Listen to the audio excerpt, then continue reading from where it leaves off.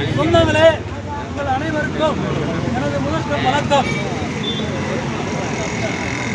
தமிழ்நாட்டில் சமூக நீதி ஆட்சி நடக்கக்கூடிய இந்த காலகட்டத்தில் சமூக அநீதிகள் நடந்து கொண்டிருக்கிறது. அது இன்று மட்டும் நடக்கவில்லை. உங்களுக்கு புளியங்குடி மண்டைக்காடு அங்கே ஏற்பட்ட சாதிய வர்க்க போர், அதன் பிறகு 89 கோடி தேனி வர்க்க போர், அது கலவரம் என்று சித்தரிக்கப்பட்டாலும் ஆளுங்கட்சியை சேர்ந்த திமுகவும் எதிர்கட்சியை சேர்ந்த அண்ணா திமுகவும் இருக்கக்கூடிய சாதி வெறிபிடித்த மந்திரிகளும் அரசியல் கட்சி ஒன்றிய செயலாளர்கள் மாவட்ட செயலாளர்கள் ஒன்று கூடி வைகை டேமிலே இவர்கள் அதிகாரத்தை நோக்கி நம்மளிடம் கேள்வி கேட்கிறார்கள். இவர்கள் இப்படியே விட்டுவிட்டால் நாம் இவர்களை அடக்க முடியாது, எனவே இவர்களை அடக்கி நாம் ஆளுமை செலுத்த வேண்டும் என்ற அடிப்படையில் ஒரு முடிவெடுத்து அந்த கோடி தேடி கலவரம்ங்கிற பேரில் ஒரு சின்ன ஒரு பிரச்சனையை ஒரு சாதி கலவராக மாற்றி கொடுக்கப்பட்டார்கள். அது அந்த 89 கலவரத்தை மையமாக வைத்து அந்த பகுதியிலே நாம் ஆய்வு செய்யும் பொழுது இது கலவரம் அல்ல, கலவரம் என்பது 2 பேர் திட்டமிடாமல் தற்செயலாக நடக்கக்கூடியதுக்கு பேர் தான் கலவரம். ஆனால் இது திட்டமிட்டு நடக்கப்பட்ட ஒரு தாக்குதல், ஒரு வன்மம், சாதி ரீதியாக அளிக்க வேண்டும். இவர்கள் அரசியல் வரக்கூடாது, பொருளாதாரத்தில் வரக்கூடாது, சமூக அந்தஸ்து பெறக்கூடாது என்ற வகையிலே அவர்கள் தாக்கினார்கள். எனவே அந்த விஷயத்தை நாம் ஆர்ஆர் சபாவிலே 90 ஜனவரியிலே ஒரு கூட்டத்தை போட்டு இது வர்க்க சாதி கலவரம் என்று நாம் பிரகடனப்படுத்துவோம். எனவே அதன் பிறகு 95 மீண்டும் ஒரு தாக்குதலை நம்ம மீது தொடுக்கிறார்கள். அந்த தாக்குதல் என்பது வெறுமனே சாதி ரீதியான மோதல் அல்ல. அந்த கொடியாங்குளம் சம்பவம் என்பது அரசு பயங்கரவாதமாக அரசே காவல்துறையையும் அந்த சசிகலா குரூப் உருவாக்கியிருந்த ஒரு குண்டர் படையும் காவல்துறை உடையிலே போய் தாக்குதலை நடத்தி அந்த மக்களுடைய எழுச்சியையும் உரிமையும் அடக்கி ஒடுக்கினார்கள். அதன் பிறகு மீண்டும் திராவிட முன்னேற்ற கழக ஆட்சியில் இது அதிமுக ஆட்சியில் நடந்தது. திமுக ஆட்சியில் மாஞ்சோலை தன்னுடைய உரிமைக்காக கூடியவர்களுக்காக போராடிய தேவேந்திர அவர்களை 17 பேரை அடித்து ஒடுக்கி கொண்டார்கள். அதன் பிறகு 2011 மீண்டும் கேந்திர ஆட்சியில் அரசியல் உரிமைக்காக தேவேந்திர வேளாளர்கள் புரட்சியாளர் இமானுவேல் சேருடைய நினைவு நாளை ஒட்டி ஒன்று திரளும் போது ஒரு 7 பேரை சுட்டு 3 சாதி பிடித்த போலீஸ் அதிகாரிகள் திட்டமிட்டு தாக்குதல் கொடுத்து 7 பேரை அழித்து வருகிறார்கள். இப்படியாக தொடர்ச்சியாக இந்த சமூகம் இப்படி அரசியல் ரீதியாக உரிமைக்காகவும் சமூக ரீதியான தன்மானத்துக்காகவும் அவர்கள் எழுந்திருக்கும் போதெல்லாம் இவரை அழித்தொழிப்பதே இந்த நோக்கமாக இருக்கிறது. இப்பொழுது கடந்த காலத்திலே தேவேந்திர வேளாளர் சமுதாயம் என்று 7 பிரிவை ஒன்றிணைத்து அமைக்க வேண்டும் என்று திமுக ஆட்சி காலத்தில் அதிமுக ஆட்சி காலத்தில் தொடர்ச்சியாக ஒரு கோரிக்கை முன்னெடுக்கப்பட்டு வந்தது. ஜெயலலிதாவும் கலைஞரும் புறக்கணித்து ஏமாற்றிக் கொண்டே இருக்கிறார்கள். இந்த வாய்ப்பை பயன்படுத்தி பாரதிய ஜனதா கட்சி தங்களுடைய நோக்கத்துக்காக நம்மை தேவேந்திர வேளாளர்கள் என்று அவர்கள் அறிவித்து எடப்பாடி தலைமையில் 2 வருடம் அதை கிடப்பிலே போட்டு, ஆனால் ஒரு நிறுவனத்தின் அடிப்படையில் அதை தேவேந்திர வேளாளர்கள் என்று அறிவித்தார்கள். ஆனால் அறிவித்த பிறகு இந்த அரசு ஒவ்வொரு ஊர்களையும் ஒவ்வொரு தெருவுகளையும் ஹரிஜன தெரு என்று இருக்கிறது.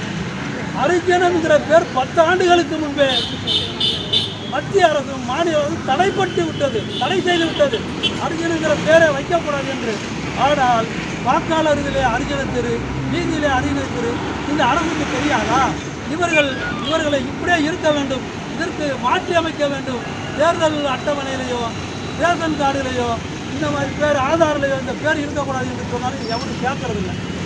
ஏன்னா அதிகாரத்தில் கூட இந்த வெறி பிடிச்ச நாய்கள் தான் இருக்குது. ஓட்டுக்கு மட்டும்தான் இந்த மக்களை வருவான், அதை செய்கிறேன் இதை செய்கிறேன். ஆனால் எதுவுமே செய்கிறதில்லை. குறைஞ்சபட்சம் தடை செய்யப்பட்ட பெயரை கூட மாற்றுறதுக்கு யோக்கியதை இல்லை. இதெல்லாம் என்ன காரணம்? சரி, அதை விடுங்க. அதன் பிறகு இப்பொழுது தேவேந்திர வேளாளர்கள் என்று இவர்கள் சொல்லிக்கொண்டு நாம் ஆண்ட பரம்பரை என்று இவர்கள் பேசுவது அவர்களால் ஏற்றுக்கொள்ள முடியவில்லை. எவனும் ஆண்ட பரம்பரை இல்லை, அடிமை பரம்பரை கிடையாது. 500 ஆண்டு காலம் முகலாயர்கள் ஆட்சியிருந்த ஆண்ட பரம்பரை எங்கே போனால், 300 ஆண்டு காலம் பிரிட்டிஷார் ஆட்சியிருந்த ஆண்ட பரம்பரை எங்கே போனால், இன்னைக்கு வெறி பிடித்த நாய்கள் நாங்கள் ஆண்ட பரம்பரை இப்பொழுது மந்திரி கூட ஒருத்தர் சொல்கிறாரு நம்மளாம் ஆண்டா பரம்பரை அப்படின்னு. நான் பேர சொல்ல விரும்புகிறேன். எனவே இந்த தவறான ஒரு கருத்தை, நான் யாருக்கும் அடிமை இல்லை, நமக்கு யாரும் அடிமை இல்லைங்கிற சிந்தனையில் ஒரு சமூக சமத்துவத்தை நோக்கி நாம் செயல்பட வேண்டிய ஒரு ஜனநாயக நாட்டில் இப்படிப்பட்ட ஒரு ஜாதி வெறியின் மூலமாக அரசியல் அதிகாரத்தை பங்கு போடுவதற்காக இவர்கள் திட்டமிட்டு செயல்படுத்திக் கொண்டிருக்கிறார்கள்.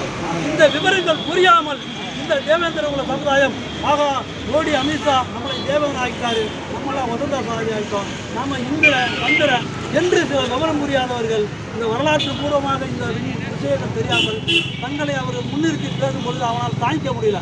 அவா நீ எந்த ஊர், இந்த ஊரா போடுறவனை, இதேவா நீ எந்த பொண்ணு, இந்த பொண்ணோட பேசுறியா அவனை போடு. இப்படியாக இப்பொழுது 2 ஆண்டுகளில் தென் மாவட்டங்களில் குறிப்பாக மறவர் சாதியைச் சேர்ந்த சாதி வெறி பிடித்த நாய்கள் படுகொலை செய்திருக்கிறார்கள். ஆனால் இந்த அரசுக்கு தெரியாதா? டாக்டர் திருச்சாமி கூட ஒரு தெளிவான ஒரு பேட்டியை முன்வைத்தார். ஒரு ஊரில் 200 பேர் கூலிப்படையாளர்கள், அவை தமிழ்நாடு கூட மறவர் சாதியை சேர்ந்தவர்கள். அந்த 3 மாவட்டத்தில் இருக்கக்கூடிய டிஎஸ்பி, இன்ஸ்பெக்டர், எஸ்ஐ எல்லாருமே அந்த ஜாதி வெறி பிடிச்சவனாக இருக்கிறான். அதனால் இதை மாற்றி அமைச்சு இவர்களை வேறு பகுதிக்கு, அந்த பகுதியில் ஜாதி வரி இல்லாத மற்ற சமுதாயத்தை சேர்ந்தவர்கள் இருப்பார்கள், அவர்களை போட்டு இந்த சட்ட ஒழுங்கை நீங்கள் பரிமைய வேண்டும் என்று கோரிக்கை விடுத்தும் கூட இது வரைக்கும் அதை செய்யவே இல்லை.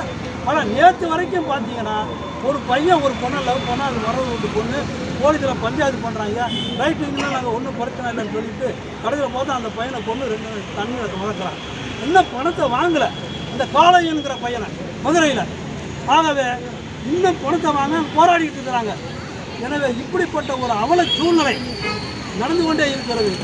ஆகவே இந்த அரசியல் கட்சி என்பவர்கள் எல்லாருமே இப்போ நம்மளை ஓட்டு வங்கியாக தான் பார்க்குறாங்க. ஓட்டு போடுறதுக்கு நம்மளை என்ன பண்ணலாம், எப்படி ஏமாற்றலாம். கடந்த காலத்தில் பார்ப்பனர்களுடைய அதிகாரத்தில் இருந்த பொழுது பார்ப்பனர்கள் தான் அதிகாரத்தில் இருக்கிறார்கள், எங்களுக்கு அந்த வாய்ப்பு இல்லை என்று பார்ப்பன உயர்சாதி இந்துக்கள் போராட்டங்களை முன்னெடுத்து அது திராவிட இயக்கங்கிற பேரில் அவர்கள் அதிகாரத்துக்கு வந்தார்கள் தமிழ்நாட்டில். அதன் பிறகு திமுக வரும்போது தாழ்த்தப்பட்ட பிற்படுத்தப்பட்ட மக்களுக்காக என்று சொல்லி அவர்கள் வந்தார்கள். இந்த பிற்படுத்தப்பட்ட சாதி, இந்த வரலாற்று அடிப்படையில் நூத்தர சாதி, இவர்கள் அரசியல் அதிகாரமோ பொருளாதார அதிகாரமோ சமூக சமத்துவமோ கொடுக்காமல் திட்டமிட்டு ஒழித்துக் கொண்டிருக்கிறார்கள். ஒவ்வொரு காலகட்டத்திலையும் அங்கு விளம்பரக்கூடிய சில தலைவர்களை முன்னிறுத்தி அவர்கள் மூலமாக இந்த மக்களை ஏமாற்றிக் கொண்டிருக்கிறார்கள். எனவே இனி தலைவர்களை நம்பாமல், குறிப்பாக தேவேந்திர குல வேளாளர்கள் தங்களை தாங்களே நம்ப வேண்டும். தங்களுடைய உரிமைக்காக, தங்களுடைய முன்னேற்றத்திற்காக, தங்களுடைய சமூக இழிவிலிருந்து விடுபடுவதற்காக நாம் தான் போராட வேண்டும். எனவே தென் மாவட்டங்களில் ஏற்பட்ட இந்த வன்கொடுமைகளை தடுத்து நிறுத்தாத அரசை கண்டித்தும், எதிர்கட்சியை சேர்ந்த ஆதிக்க சாதி வெறி பிடித்தவர்கள் இந்த மாதிரி பிரச்சனைகளை எல்லாம் பேசுறதே கிடையாது. பொதுவாக சொல்லிடுவான் கலவரம் 2 பிரிவினருக்கு இடையில், அப்புறம் 2 சமூகத்தினருக்கு, எல்லா ஊடகங்களும் திட்டமிட்ட மறைக்கிறான். ஏயா சொல்லு, யாரு வெட்டினவன் யாரு, யாரு வெட்டுப்பட்டவன் யாரு? அப்ப சமூக நீதி என்பது என்ன? எவன் பாதிக்கப்படுகிறானோ அவன் பக்கம் நின்று, யார் பாதிப்பு பண்றானோ அவனை தட்டி கேட்டு அதை தடுக்கிறதா சமூக நீதி. அந்த சமூக நீதி எங்க இருக்குது? எவன் வெட்டுறானோ அவனுக்கே தொலை போயிருக்கு. நாங்கள் சமத்துவத்தை உருவாக்குறோம், சமூக நீதியை உருவாக்குறோம் என்று சொல்லி திட்டமிட்டு ஏமாற்றி கொண்டிருக்கிறார்கள். ஆகவே இதை நாம் தெளிவாக புரிந்து கொண்டு, இன்றைய இளைஞர்கள், தேவேந்திர குல சமுதாயத்திற்கு இளைஞர்கள் இந்த மாதிரியான விவரங்களை புரிந்து கொண்டு, நமக்கு ஏற்படுறதுனால எங்கோ ஒருத்தர் நடக்குதா, ஆகவே அதுக்காக நாம் ஒரு கண்டன குரல் கொடுக்க வேண்டும் என்ற முறையில் இன்னைக்கு இந்த ஆர்ப்பாட்டத்தை திருச்சி மாகாணத்தில் நடத்தியிருக்கிறோம். அந்த வகையில் இனி வரும் காலங்களில் தேவேந்திர குல வேளாளர் சமுதாயத்தைச் சேர்ந்த இளைஞர்கள், நான் தேவேந்திரன் ஆகிட்டேன், நான் பிசி ஆகிட்டேன் என்கிற ஒரு மாயை கருத்தை தூக்கி எறிந்துவிட்டு, நாம் மனுஷன், நமக்கான உரிமை, நமக்கான முன்னேற்றம், நம்முடைய ஒற்றுமை அப்படிங்கிற அடிப்படையில் தான் நம்முடைய பயணத்தை துவக்க வேண்டும். பல தலைவர்கள் வந்தார்கள் போனார்கள், பல அமைப்புகள் வந்தது போனது. அதை பற்றியெல்லாம் நம் கவலையே இல்லை. நாம் என்ன செய்ய போறோம், எப்படி செய்ய போறோம், எந்த வகையில இந்த மக்களை ஒரு விழிப்புணர்ச்சி பெற வைப்பது, எந்த வகையில இந்த மக்களை அமைப்பாக்குவது, எந்த வகையில நமது போராட்டத்தை நடத்துவது, அதற்கு வழிகாட்டியாக புரட்சியாளர் அம்பேத்கர் அவர்கள் கல்வி பெறு, ஒன்றுபடு, போராடு என்ற ஒரு தத்துவங்களை முன்வைத்திருக்கிறார். அவர் வழங்கி கொடுத்த அரசியலமைப்பு சட்டத்தின் பிரகாரம் தான் இந்த வேலை வாய்ப்பு, அரசியல் பங்கீடு இவையெல்லாம். ஆனால் நமக்கான பிரதிநிதித்துவம் என்கிற அடிப்படையில் தனித்த வாக்காளர் தொகுதி அமைப்பு என்பதை அது திட்டமிட்டு புறக்கணித்து விட்டார்கள். ஆகவே இப்போ பொது அடிப்படையில் வரும் பொழுது நமக்கான வாய்ப்புகள் மறுக்கப்படுகிறது.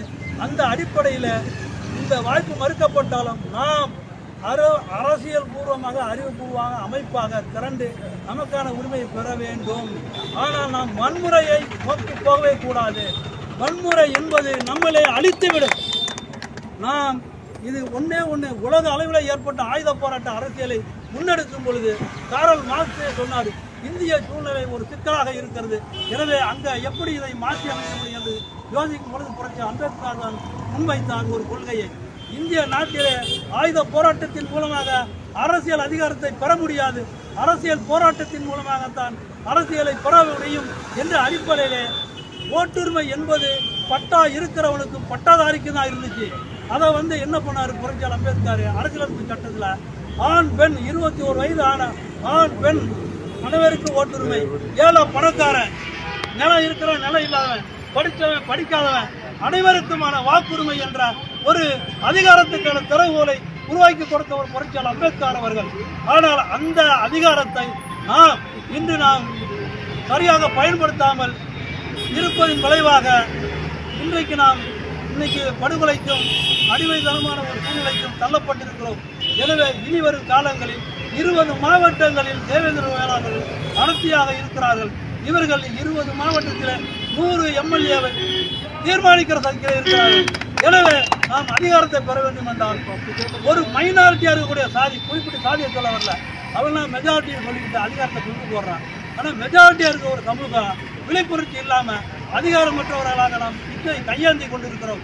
எனவே வருகின்ற காலகட்டத்தில் இந்த தொகுதியில் யார் ஜெயிக்க வேண்டும், எவன் ஜெயிக்கக்கூடாது என்ற தீர்மான சக்தியாக அரசியல் ரீதியாக நாம் உருவாக வேண்டும். அரசியல் அதிகாரத்தை பெற வேண்டும் என்றால் நாம் அரசியல் ரீதியாக நம்மை நாம் உருவாக்கி கொள்ள வேண்டும். அந்த வகையில் இனி வரும் காலங்களில் இந்த வன்முறைகளுக்கு ஒரு முடிவு கட்டும் வகையாக நாம் நம்மளை தயார்படுத்திக் கொள்ள வேண்டும். இளைஞர்கள் பல்வேறு சிந்தனைகளில் பல்வேறு தவறான இதுகளில் இன்னைக்கு சரிந்து போயிருக்கிறார்கள். அவரை ஒன்று திரட்டி சரியான அமைப்பாக நாம் செயல்பட வேண்டும்.